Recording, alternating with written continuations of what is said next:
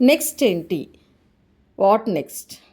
మీరు education complete చేసుకుంటున్నటువంటి వాళ్ళు కావచ్చు, లేదా ఆల్రెడీ కాంపిటీటివ్ ఎగ్జామ్స్ ప్రిపేర్ అవుతున్నటువంటి వాళ్ళు కూడా కావచ్చు. మీ ముందున్నటువంటి ఏకైక క్వెషన్, ఇది కాకపోతే నెక్స్ట్ ఏంటి? నా సిట్యుయేషన్ ఏంటి? ఇప్పుడు దీంట్లో నేను సక్సెస్ కాకపోతే నెక్స్ట్ నేనేం చేయాలి? ఇది మీ ముందున్నటువంటి పెద్ద క్వెషన్. అవునా కదా? ప్రతి ఒక్కరికి ఎదురయ్యే క్వెషన్ ఇది. What next? నెక్స్ట్ నేనేం చేయాలి అనేది. ఇక్కడ చూడండి, గుర్తుపెట్టుకోండి, ప్రతి మనిషికి కూడా ఒక లక్ష్యం అనేది చాలా అవసరం. ఒక లక్ష్య సాధన కోసం ప్రయత్నించకపోతే మనిషి లైఫ్ అనేది అసలు ఒక ట్రాక్ మీదకే రాదు. మీరు చూడండి, మీరే ఉన్నారు. ఫర్ ఎగ్జాంపుల్, కాంపిటేటివ్ ఎగ్జామ్స్ లేదా ఒక లక్ష్యాన్ని సెట్ చేసుకొని, ఒక గోల్ సెట్ చేసుకొని ప్రిపరేషన్ స్టార్ట్ చేయకముందు మీ లైఫ్ ఎలా ఉంది ఒకసారి ఇమాజిన్ చేసుకోండి. ఇప్పుడు ఎలా ఉంది అంటే, మనం ఒక గోల్ సెట్ చేసుకోవడం వలన మన లైఫ్ని, మన థాట్స్ని ఒక ట్రాక్ మీదకి తీసుకొచ్చుకుంటాము. మన మైండ్ని ట్యూన్ చేసుకుంటాం. డిసిప్లిన్ మన లైఫ్లో తెలియని మనకు అంతకు ముందు లేనటువంటి డిసిప్లిన్ మన లైఫ్కి వచ్చేస్తుంది. నిజానికి ఒక గోల్ సెట్ చేసుకోవడం అనేది ప్రతి మనిషికి అవసరం. దానికోసం మీరు ట్రై చేశారు, చాలా కష్టపడ్డారు, రాలేదు. మరి నెక్స్ట్ ఏంటి? Take diversion. గుర్తుపెట్టుకోండి, మనం ఎప్పుడైనా సరే మన ఆలోచన విధానం ఎలా ఉండాలి అంటే, ఫస్ట్ మనం ఎంచుకున్నటువంటి లక్ష్యం, మనం పలానా కావాలి, పలానా ఆఫీసర్ కావాలి, పలానా ఉద్యోగాన్ని నేను సాధించాలి. ఆ లక్ష్యాన్ని మీరు సాధించడానికి మీ శక్తి వంచన లేకుండా అహర్నిశలు మీరు పెట్టాల్సినటువంటి ఎఫర్ట్స్ మొత్తం పెట్టేసి మీరు ఫస్ట్ కష్టపడటం అనేది ఫస్ట్ ఇంపార్టెంట్ థింగ్. ఓకే, అలాగే మన మైండ్ సెట్ ఎలా ఉండాలి అంటే, ఇది నా లక్ష్యం, ఇది నా గోల్, ఇది నేను సాధించాలి. ఒకవేళ ఇది రాకపోతే ఏంటి అనేది కూడా మనం ముందే ఆలోచించుకోవాలి. ఇఫ్ నేను ఫెయిల్యూర్ అయితే, ఇఫ్ నేను సాధించలేకపోతే నేనేం చేయాలి? మనం ఒక చిన్న ఎగ్జాంపుల్ చెప్తాను మీకు. మీరు ఒక డెస్టినేషన్ ఏర్పరచుకొని మీరు ప్రయాణం మొదలుపెట్టారు. సడన్గా మీరు వెళ్ళే మార్గంలో రోడ్ క్లోజ్ అని బోర్డు పెట్టారు. మీరేం చేస్తారు చెప్పండి? ఏం చేస్తారు? మ్యాక్సిమం మీ మైండ్ సెట్ ఎలా ఉంటుంది అంటే, మీరు వెళ్ళాల్సినటువంటి దానికోసం మీరు ఇంకే మార్గం ఉంది, గల్లీలలోకి వెళ్ళొచ్చా, ఇంకేదైనా రూట్లోకి వెళ్ళొచ్చా అనేది మీరు ఆలోచిస్తారు. అక్కడ మీ గోల్ ఎంతసేపు నేను వెళ్ళాల్సినటువంటి ప్లేస్కి వెళ్ళడం. ఇక్కడ మనకి లైఫ్లో వెళ్ళాల్సిన ప్లేస్ ఏంటి చెప్పండి?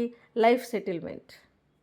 ఎవరిదైనా, ఏ ఉద్యోగమైనా, ఏదైనా, దేనికోసం మనం ప్రయత్నిస్తాం, దేనికోసం కష్టపడతాం, ఏ పోటీ పరీక్షకు ఇష్టమైన దేనికోసం కష్టపడతాం? లైఫ్లో సెటిల్ అవ్వడానికి. ఆ సెటిల్మెంట్ అనేది ఒక్కొక్కరికి ఒక రకమైన ఆలోచన ఉంటుంది. ఒకరికి టీచర్గా సెటిల్ అవ్వాలని ఉంటుంది, ఒకరికి ఒక డాక్టర్గా, ఒకరికి ఒక కలెక్టర్గా, ఒకరికి ఒక ఆఫీసర్ లాగా, ఏదో ఒక గవర్నమెంట్ ఆఫీసర్ లాగా, లేదా ఒకరికి బిజినెస్లో, ఒకరికి ఒక మంచి ఫ్యాషన్ డిజైనర్ కావాలని ఉంటుంది, ఒకరికి మంచి ప్రైవేట్ జాబ్లోని, ప్రైవేట్ సెక్టర్లో బాగా డబ్బులు సంపాదించాలని ఉంటుంది. మొత్తానికి నిజంగా చెప్పాలి అంటే ఫైనల్ డెస్టినేషన్ మనీ ఎర్నింగే. మళ్ళీ అక్కడికే వచ్చి ఆగిపోతుంది. మనం డబ్బు సంపాదన అనేది లేకుండా నువ్వు ఫ్రీ సర్వీస్ చేయంటే ఎవరు చేయరు. కాకపోతే ఈ డబ్బు సంపాదించడం అనేది చాలా మార్గాలు ఉంటాయి. అవునా కదా? కూలి చేసుకుంటూ బతకొచ్చు, ఆఫీసర్ లాగా బతకొచ్చు. మనం ఫస్ట్ ఏం చేస్తాం? ద బెస్ట్ వే, మనం బ్రతకడానికి కావాల్సినటువంటి ఈజీ వేని సెలెక్ట్ చేసుకుంటాం. అది కూడా ఒక సమాజంలో ఒక మంచి స్థానము, మనకంటూ ఒక మెంటల్ సాటిస్ఫాక్షన్ ఉండే విధంగా ఒక గోల్ సెట్ చేసుకున్నాం. నలుగురిలో గుర్తింపు, ఇవన్నీ ఉంటాయి. మన గోల్ సెట్టింగ్కి ఇన్ని యాంగిల్స్ ఉంటాయి. అవునా కదా? మీరు లేదా ఇంకొకరిని చూసి రోల్ మోడల్గా చూసి వాళ్ళలాగా మీరు కావాలనుకుని ఉండొచ్చు. ఒక ఐఏఎస్ ఆఫీసర్ని చూసి మీరు ఇన్స్పైర్ అయ్యి ఉండొచ్చు, ఒక ఐపీఎస్ని చూసి ఇన్స్పైర్ అయ్యి ఉండొచ్చు, లేదా మాలాగా లెక్చరర్స్, ఒక ప్రొఫెసర్స్ని చూసి మీరు ఇన్స్పైర్ అయ్యి ఉండొచ్చు. టీచింగ్ మీకు బాగా బాగా టీచ్ చేసినటువంటి టీచర్ని చూసి ఇన్స్పైర్ అయ్యి మీరు టీచర్ కావాలనుకుని ఉండొచ్చు. మొత్తానికి గోల్ సెట్ చేసుకున్నారు. ఆ గోల్ మీరు రీచ్ కాలేకపోయారు. నిజానికి మీరు చాలా నిజాయితీగా కష్టపడ్డారు, మీ శక్తి వంచన లేకుండా కష్టపడ్డారు. గుర్తుపెట్టుకోండి, ఇక్కడ మనం కష్టపడడం ఇంపార్టెంట్. జయాపజయాలు అనేటివి మన చేతిలో లేవు. అవునా కదా? ఫస్ట్ మనం ఏం చేయాలి? నిజాయితీగా 100% మీ ఆత్మకి సాటిస్ఫాక్షన్ వచ్చే విధంగా మీరు కష్టపడ్డారు. ఫెయిల్యూర్ ఎదురైంది. So what next? ఇక్కడ ఈ పాయింట్ దగ్గర మీరు స్ట్రాంగ్ డెసిషన్ తీసుకోవాలి. ఈ పాయింట్ దగ్గర మీరు మెంటల్లీ స్ట్రాంగ్ అవ్వాలి. ఇక్కడే మీరు మీ జీవితం పట్ల సరైనటువంటి నిర్ణయం తీసుకోవాలి. గుర్తుపెట్టుకోండి, లైఫ్లో గోల్ రీచ్ అవ్వడం అనేది మన జీవితంలో మొదటి భాగమే, కానీ అదే లైఫ్ కాదు. చాలామంది చూడండి, అన్‌ఎంప్లాయీస్ ఉద్యోగం రాలేదని ఆత్మహత్యలు చేసుకున్న వాళ్ళని చూస్తే చాలా బాధేస్తుంది నాకు. ఆత్మహత్య చేసుకోవాల్సినటువంటి అవసరం లేదక్కడ. ఆత్మని మళ్లించడమే అంతే. ఈ రూట్ కాకపోతే ఇంకొక రూట్. ఇందాక నేను చెప్పాను చూసారా, రోడ్డు క్లోజ్ చేసినప్పుడు మనం ఏ రూట్లో వెళ్ళాలి అని ఆలోచిస్తాం ఎంతసేపు, అవునా కదా? అలాగే సరే, ఈ గోల్స్ క్లోజ్ అయిపోయింది, ఈ రోడ్డు క్లోజ్ అయిపోయింది, ఈ లక్ష్యం అనేది నేను సాధించలేకపోయాను, మరి నెక్స్ట్ నేనేం చేయాలి అనే దాని మీదనే మీ ఫోకస్ ఉండాలి. ఆ పాయింట్ దగ్గర మీరు చాలా స్ట్రాంగ్ ఉండాలి. బ్రతకడానికి చాలా మార్గాలు ఉన్నాయి. ఇంకొక విషయం, మీరు ఎంత ప్రయత్నించినా ఒక సక్సెస్ మీ దగ్గరికి రాలేదు అనుకోండి, మీ మైండ్ సెట్ ఎలా ఆలోచించాలి అంటే, ఇంకేదో నా కోసం ఎదురు చూస్తుందని ఆలోచించాలి. ఒక చిన్న ఎగ్జాంపుల్ చెప్తాను చూడండి మీకు, లైవ్ ఎగ్జాంపుల్స్ ఇవేదో నేను ఎక్కడో కాదు. ఒక పర్సన్, నాకు తెలిసినటువంటి ఒక పర్సన్ డిఎస్సి ఎన్నిసార్లు అటెంప్ట్స్ ఇచ్చారు అంటే, నాకు తెలిసి అప్పటి గవర్నమెంట్లో వరుసగా నోటిఫికేషన్స్ వచ్చాయి డిఎస్సికి. చంద్రబాబు నాయుడు గవర్నమెంట్ ఆ టైంలో వెంట నోటిఫికేషన్స్ వచ్చిన టైంలో డిఎస్సిలో తను సక్సెస్ కాలేకపోయారు. కానీ ఆ తర్వాత వచ్చిన జేఎల్ నోటిఫికేషన్లో జాబ్ కొట్టుకున్నాడు. అర్థమైందా? అదే డిఎస్సి నోటిఫికేషన్లో సక్సెస్ కాలేకపోయినప్పుడు అలాగే డిప్రెషన్లోకి వెళ్ళిపోయి, అబ్బా నా జీవితం అయిపోయిందని అక్కడ ఆగిపోయి ఉంటే జేఎల్ రాకపోతుండే. అంటే డిఎస్సికి మించినటువంటి జేఎల్ తన కోసం ఎదురు చూసింది అక్కడ, అవునా కదా? అలాగే సివిల్స్ కోసం చాలామందికి గోల్ హైయెస్ట్ జాబ్ సివిల్స్ సంపాదించాలి అని, సివిల్స్ కొట్టాలి అని. సో సివిల్స్ రాసి అటెంప్ట్స్ ఇవ్వలేని, 10 అటెంప్ట్స్ ఇచ్చినా సక్సెస్ కాలేని వాళ్ళు ఇప్పుడు సివిల్స్కి కోచింగ్ ఇచ్చేటువంటి కోచింగ్ ఇన్స్టిట్యూషన్స్ పెట్టుకున్నారు. ఇక్కడ చూసారా, టేక్ డైవర్షన్ అంటే ఇదే. ఫస్ట్ వాళ్ళు సక్సెస్ కావడానికి ఎంత ప్రయత్నించినా సక్సెస్ రాలేదు, కానీ వాళ్ళ డెస్టినేషన్ అది కాదు. మీరు కాదు ఆఫీసర్లు కావాల్సింది, మీరు ఆఫీసర్లను తయారు చేయండి అని ఒక ఆప్షన్ వాళ్ళ కోసం ఎదురు చూసింది. కాబట్టే వాళ్ళు ఇప్పుడు కోచింగ్ రంగంలో సక్సెస్ అవుతున్నారు. ఇప్పుడు చూడండి, RC Reddy institute. RC Reddy sir ఒకప్పుడు ఆయన సివిల్స్ ఆస్పిరెంట్, ఆకేల రాఘవేంద్ర గారు సివిల్స్ ఆస్పిరెంట్.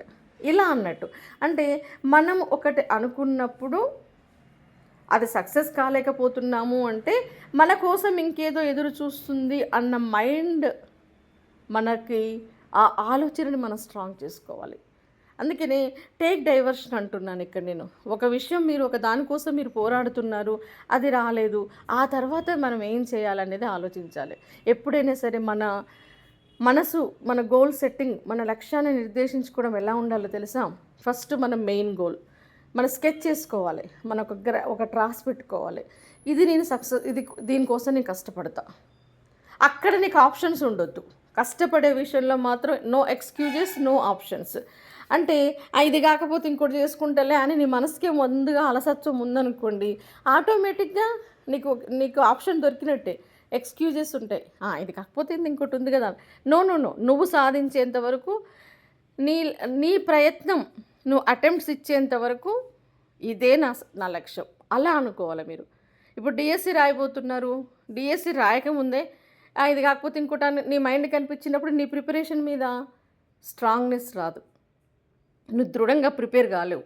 నువ్వు అటెంప్ట్ ఇచ్చేంత వరకు, రిజల్ట్ వచ్చేంత వరకు, నువ్వు సక్సెస్ కాలేదు అని నీకు తెలిసేంత వరకు అదే నీ ప్రాణం, ఆ లక్ష్యమే నీ జీవితం. సరే, అలాగే అనుకొని మీరు చదివారు, ఫెయిల్యూర్ ఎదురైంది, మరి తర్వాత ఏం చేయాలి? ఇక్కడ మాత్రం మీరు భావావేశాలకు లోనవద్దు, డిప్రెషన్లోకి వెళ్ళిపోవద్దు, బాధపడవద్దు. అర్థమైందా? ఇప్పుడు సంవత్సరాల తరబడిగా, దశాబ్దాల తరబడిగా కాంపిటేటివ్ ఎగ్జామ్ సెక్టార్స్లో ఉన్న వాళ్ళు 30-35 ఏళ్ళు వచ్చేసి 40 ఏళ్ళు వచ్చిన వాళ్ళు ఉన్నారు. నేను అందుకనే చెప్తున్నాను, కాంపిటేటివ్ ఎగ్జామ్స్ ప్రిపరేషన్ అనేది మన జీవితంలో ఒక భాగం, దినచర్యలో భాగం కావాలి అని చెప్పాను నేను మీకు. అందుకనే ఎవరైనా సరే, ఇక ముందు కాంపిటేటివ్ సెక్టార్లోకి వచ్చే వాళ్ళైనా, ఇప్పుడు ఆల్రెడీ ఉన్న వాళ్ళైనా, ఒక టైం నిర్దేశించుకోండి మీరు. ఒక పీరియడ్ ఆఫ్ టైం, అంటే ఇంతకాలం నేను ప్రిపరేషన్ కేటాయిస్తాను. అందుకనే చెప్తున్నాను, ఒక 1 year కూర్చోండి అబ్బా. మీరు రాయబోయే ఏ ఎగ్జామ్ కాదు, ఒక 10 ఎగ్జామ్స్కి రాసేంత నాలెడ్జ్ మీరు గెయిన్ చేస్తారు. ఆ 1 year ఒక తపస్సు చేయండి, ఒక అజ్ఞాతవాసం చేయండి, ఒక జోన్లోకి వెళ్ళిపోండి. మీ శరీరాన్ని మీ మనసును ఒకే దగ్గర ఏకీకృతం చేసి ఒక 1 ఇయర్ అంటే ఆ ప్రిపరేషన్ కూడా ఒక స్కెచ్ ప్రకారం గ్రూప్ 1, గ్రూప్ 2, గ్రూప్ 3, గ్రూప్ 4 ఈ 4 ఒక స్కెచ్. అంటే ఈ 4ంటి మీద పట్టు సాధించడం. ఎలాగో మీరు గ్రూప్ 1 స్క్రీనింగ్ టెస్ట్ కోసం మల్టిపుల్ చాయిస్ క్వశ్చన్స్ రాస్తారు కాబట్టి ఆ సిలబస్ గ్రూప్ 2 సిలబస్ సేమ్ ఉంటుంది. గ్రూప్ 2, గ్రూప్ 1 లెవెల్లో చదివారు అంటే గ్రూప్ 3, గ్రూప్ 4 అనేది ఈజీగా ఉంటుంది. కొన్ని టాపిక్స్ వీళ్ళకి కొంచెం సపరేట్గా ఉంటుండొచ్చు, చిన్న చిన్న టాపిక్స్. అర్థమైందా?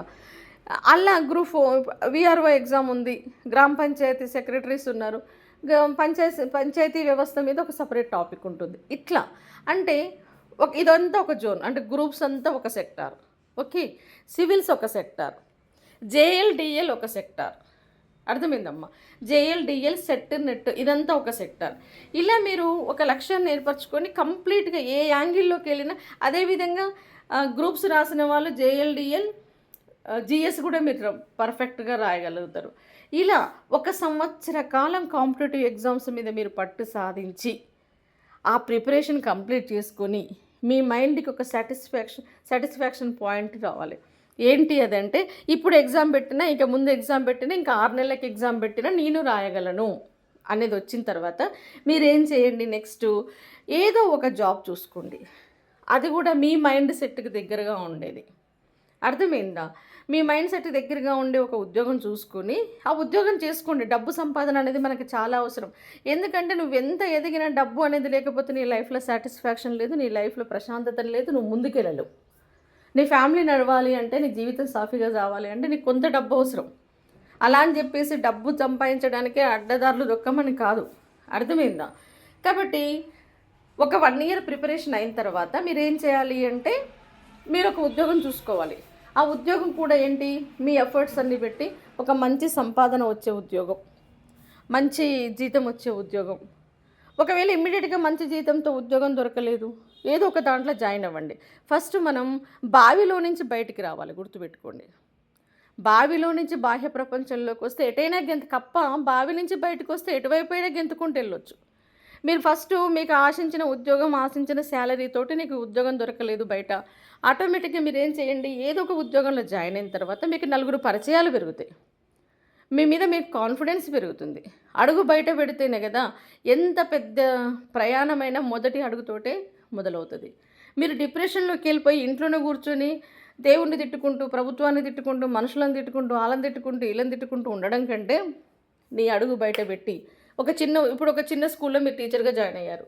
అక్కడికి వెళ్ళినాక నీకు సాటిస్ఫాక్షన్ లేదు శాలరీ, నువ్వు ఆటోమేటిక్గా ఏం చేస్తావు, క్లాసిఫైడ్స్ చూస్తుంటావు, ఇంకెక్కడ టీచర్ వాంటెడ్ అనేది పడుతుంది అనేది చూస్తావు. లేదా ఇంకొకరు పరిచయం అయ్యారు, పలానా స్కూల్లో పోస్ట్ వేకెన్సీ ఉంది, మీరు అటు వెళ్ళండి అని చెప్తుండొచ్చు.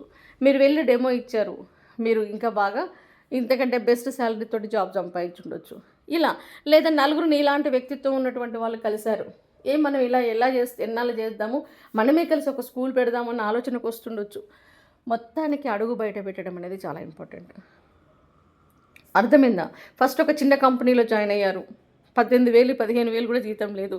అక్కడికి వెళ్ళిన తర్వాత మీరు పరిచయాలు పెరిగినాయి, వే ఆఫ్ కమ్యూనికేషన్స్ పెరిగినాయి. అర్థమైందమ్మా? వే ఆఫ్ గోయింగ్ అనేది అర్థమైంది. ఆటోమేటిక్గా ఇంకొక మెట్టు ఎక్కడానికి మీరే ప్రయత్నిస్తారు. గుర్తుపెట్టుకోండి, గవర్నమెంట్ సెక్టర్ అనే కాదు, ప్రైవేట్ సెక్టర్లో కూడా బ్రహ్మాండంగా సెటిల్ కావచ్చు. ఎక్కువ శాలరీస్ రావాలి అంటే ప్రైవేట్ సెక్టర్లోనే సెటిల్మెంట్ ఎక్కువగా ఉంటుంది, ఫాస్ట్ గ్రోత్ ఉంటుంది. అది కూడా గుర్తుపెట్టుకోండి. ఓకేనా? సో గవర్నమెంట్ సెక్టార్లో స్టెబిలిటీ ఉంటుంది, సెక్యూరిటీ ఉంటుంది. ప్రైవేట్ సెక్టార్లో గ్రోత్ కూడా బాగానే ఉంటుంది. సో కాబట్టి ఈ రెండింటిని కూడా మీరు అంటే ఫస్ట్ ఆఫ్ ఆల్ మనం అనుకున్నటువంటి లక్ష్యం రాలే, మీరు వెళ్ళాలనుకున్నటువంటి మార్గంలో రోడ్ క్లోజ్ అనే బోర్డు పెట్టేసారు, మనం డైవర్షన్ తీసుకోవాల్సిందే కదా. కాబట్టి ఫస్ట్ ఏంటి, మీరు కాంపిటేటివ్ ఎగ్జామ్స్ కోసం ఒక 1 ఇయర్లో మీరు సిలబస్ మీద పట్టు సాధించి అక్కడే కూర్చోకుండా ఇమ్మీడియట్గా మీరు ఉద్యోగ సంపాదనలో ప్రైవేట్ ఉద్యోగము లేదా ఒక చిన్న బిజినెస్. ఈ మధ్య కాలంలో బీటెక్ బిర్యానీ పాయింట్లు ఎక్కువ కనపడుతున్నాయి. ఈ బీటెక్ బిర్యానీ పాయింట్ ఏంటా అని నేను ఆలోచిస్తే, అలా అక్కడ ఒక దగ్గర నేను మాట్లాడాను వాళ్ళతోటి, ఏంటమ్మా బీటెక్ బిర్యానీ అంటే వాళ్ళు చెప్పిన విషయం ఏంటి అంటే, మేము బీటెక్ గ్రాడ్యుయేట్స్ మేడం, కాబట్టి ఏదో ఉద్యోగం రావట్లేదు, ఏదో ఒక సంపాదన కోసం అని పెట్టుకున్నాం. నాకు మంచిగా అనిపించింది కాన్సెప్ట్. చూడండి, ఒక టీ సెంటర్ అతను 25 లక్షల ఇన్కమ్ ట్యాక్స్ కడుతున్నాడట ఫర్ ఇయర్. అన్ఎడ్యుకేటెడ్ ఓ పెద్ద ఆయన అంటే మనం నిజాయితీగా నలుగురికి రోల్ మోడల్గా ఉండడానికి ఏ వృత్తిలోనైనా మనం సక్సెస్ సాధించి చూపించవచ్చు. అందుకనే చూడండి, ఎక్కడో మొదలుపెట్టి ఎక్కడో తేలిన వాళ్ళు ఉన్నారు, జీరో స్థాయి నుంచి హీరో స్థాయికి ఎదిగిన వాళ్ళు ఉన్నారు. గుర్తుపెట్టుకోండి, ఎప్పుడైనా సరే మనం అనుకున్నటువంటి లక్ష్యాన్ని సాధించలేకపోయినప్పుడు మన కోసం ఇంకేదో దారి తెరుచుకుని ఉంది, నేను చేయాల్సినటువంటి పని ఇంకేదో ఉంది, నేను చేరాల్సినటువంటి డెస్టినేషన్ ఇంకేదో ఉంది. ఇది మన మైండ్ ఆలోచించాల్సినటువంటి విధానం. అందుకనే చూడండి, ఉద్యోగం కోసం ప్రయత్నించిన వాడు కోట్ల మందికి ఉద్యోగాలు ఇచ్చేటువంటి కంపెనీకి సీఈఓగా మారారు. ఉద్యోగం కోసం చేసినటువంటి వాళ్ళు ఉద్యోగాలు ఇచ్చే స్థాయికి ఎదిగారు. కాంపిటేటివ్ ఎగ్జామ్స్ సక్సెస్ కావాలి అనే ప్రయత్నం మొదలుపెట్టిన వాళ్ళు కాంపిటేటివ్ కోచింగ్ సెంటర్లే పెట్టారు. నాకు తెలిసి ఒకతను బాగా ఉద్యోగ అన్వేషణ చేసి ప్రయత్నం చేసి ఫెయిల్యూర్ అయిన తర్వాత బిజినెస్లోకి దిగి బ్రహ్మాండంగా లైఫ్లో సెటిల్ అయిపోయారు. అంటే మనకి డైవర్షన్స్కి అవకాశం ఉంది. మనం ఒకటి అనుకున్నాం, ఒకటి రాసుకున్నాం, అది కుదరలేదు, ఎడిట్ చేసుకోవాలి ఇమీడియట్గా. కొట్టివేతలు ఉండాలి ఖచ్చితంగా రాతలో, తలరాతలో అయితే కొట్టివేతలు ఖచ్చితంగా ఉండాలి. ఒక రూట్ అనుకున్నాం, ఈ రూట్ లేదు అన్నప్పుడు ఇంకొక రూట్ని సెలెక్ట్ చేసుకోవాలి. కాబట్టి ఫెయిల్యూర్ ఎదురైనప్పుడు, మీరు అనుకున్న లక్ష్య సాధనలో మీరు ఫెయిల్యూర్ ఎదురైనప్పుడు ఎట్టి పరిస్థితుల్లో డిప్రెషన్లోకి వెళ్ళకండి, మానసికంగా కృంగిపోకండి, బ్రహ్మాండంగా మళ్ళీ మళ్ళీ లేవాలి, మళ్ళీ మొదలు పెట్టాలి, కొత్త దారిని ఎత్తుక్కోవాలి, ఆ కొత్త దారిలో సక్సెస్ సాధించాలి. మనం బ్రతకడానికి చాలా మార్గాలు ఉన్నాయి, మనం వెళ్ళడానికి చాలా మార్గాలు ఉన్నాయి. ఈ మార్గం క్లోజ్ అయిందంటే ఇంకేదో మార్గం మీకోసం ఎదురు చూస్తుంది అనేది 100% నిజం. అందుకని ఇప్పుడు ఇంతమంది ఎగ్జాంపుల్స్ చెప్పాను నేను. ఒకటి కావాలని మొదలుపెట్టిన వాళ్ళు అది కాలేనప్పుడు అంతకు మించి అయిన వాళ్ళు ఉన్నారు. ఇక్కడ మీరు ఫెయిల్యూర్ అయ్యారంటే ఇంతకు మించి ఏదో మీకోసం ఎదురు చూస్తుంది అన్న విషయం మీరు గుర్తుపెట్టుకోండి. మీరు మనసు పెట్టి ఆలోచిస్తే ఎన్నో మార్గాలు మీ చుట్టే ఉన్నాయి. మీ సమస్యకు పరిష్కారాలు కూడా మీ చుట్టే ఉంటాయి. కాబట్టి ఈ మూసుకుపోయినటువంటి దారుల వైపు చూస్తూ ఏడుస్తూ కూర్చోవడం కంటే కొత్త దారిని అన్వేషించుకోవాలి, అవసరమైతే కొత్త దారి వేసుకోవాలి. ఇంకా మీరు కొత్త దారి వేసిన వాళ్ళైతే ఇంకా సూపర్ బాబా, మీ వెనక చాలామంది నడుచుకుంటూ వచ్చేస్తారు. మీరు మార్గదర్శకులు అవుతారు, ఫాలోవర్స్ కాదు. మీ వెనక ఫాలోవర్స్ ఉంటారు. కాబట్టి లైఫ్ ఈజ్ బ్యూటిఫుల్. దాన్ని మనము ఒక్కడ ఆగిపోకుండా మనమే రూట్ను మార్చుకుంటూ డైవర్షన్ తీసుకుంటూ మొత్తానికి లైఫ్లో మన యొక్క ఫైనల్ డెస్టినేషన్ ఏంటి చెప్పండి? సక్సెస్ కావడం. ఓకేనా? Thank you.